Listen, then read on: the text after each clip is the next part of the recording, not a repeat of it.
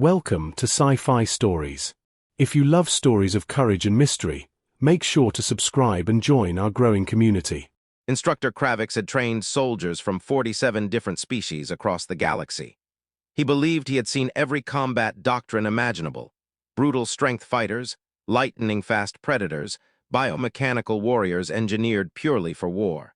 Nothing surprised him anymore. Then Corporal Jessica Torres walked into his close-quarters combat class. By galactic standards, the human was unremarkable, barely 5.5 feet tall, roughly 140 pounds. Dark hair pulled back into what she casually called a ponytail. No visible augmentations. No reinforced exoskeleton. To most of the cadets, especially the Thoraxians, she looked fragile. Lieutenant Jakar made that mistake once, Kravix thought grimly. Today we practice grappling techniques, Kravix announced, his tentacles gesturing toward the padded arena floor. Pair up. Your objective is to control your opponent without causing permanent damage. Jakar grinned when he was paired with Torres. The Thoraxian stood over 7 feet tall, encased in segmented exoskeletal armor, 4 powerful arms flexing with anticipation. His species were ambush predators from a 1.4G world.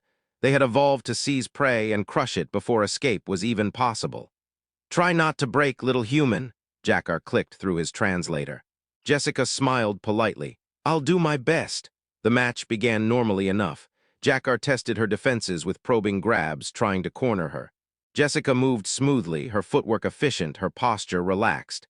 She slipped past each attempt with minimal effort. The other cadets watched closely. Humans were still new to the galactic military, and their combat doctrine was under constant observation. Then Jakar committed. His upper right hand snapped forward and seized Jessica's ponytail, yanking her head back hard. It was a classic Thoraxian control technique: control the head, control the body. In less than a second, she should have been on the mat. What happened next would be studied in combat academies for years. Jessica didn't resist the pull. She flowed with it. Her body rotated faster than Jakar expected, using his force rather than fighting it. In the same motion, her hand snapped upward in a movement so fast Instructor Kravix almost missed it. A short, vicious chop struck Jakar's elbow joint. Crack! The sound echoed across the arena. Jakar's hand was still tangled in Jessica's hair, but his arm bent backward at an angle no arm should ever reach. He screamed, his grip finally releasing. Jessica wasn't finished. She trapped the injured limb, pivoted her hips, and threw every pound of Deathworld-forged muscle she possessed into a flawless hip toss. The 7-foot Thoraxian slammed into the mat with a bone-shaking impact. The entire exchange lasted 1.8 seconds. Medics rushed forward as Jakar writhed on the floor, his translator spilling Thoraxian curses into the air. Jessica calmly stepped back, adjusting her ponytail as if nothing unusual had happened. What was that?" Kravix demanded, his voice caught between horror and fascination. "Judo, sir," Jessica replied. "Earth martial art. Been practiced for about 150 years. She shrugged lightly. "On my world, grabbing someone's hair in a fight is basically asking to get your arm broken." "But he's twice your size," Kravix protested. "Sir," Jessica said evenly, "on Earth, size matters less than physics." She ticked them off casually.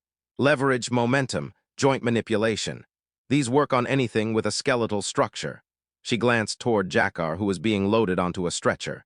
"Is he going to be okay?" Kravix checked his data pad. 3 months regeneration.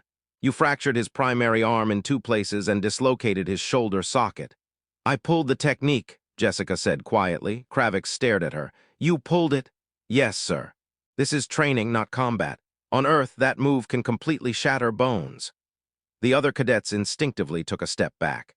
They had just watched a human, barely integrated into galactic society, casually disable one of the Alliance's most dangerous warrior species while holding back. Kravix made a note in his training log. Recommendation: update combat protocols immediately. Human fighting styles assume attackers will be larger, stronger, and more dangerous.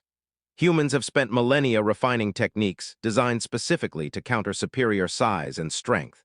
Hair grabbing, previously considered a viable control tactic, is now classified as high risk when engaging human opponents. That evening, Jessica received a message from Jakar's hospital bed. "Respect, human, your species earns its Deathworlder title. When my arm heals, I wish to learn this judo." She smiled and typed back. "First lesson, never grab the hair.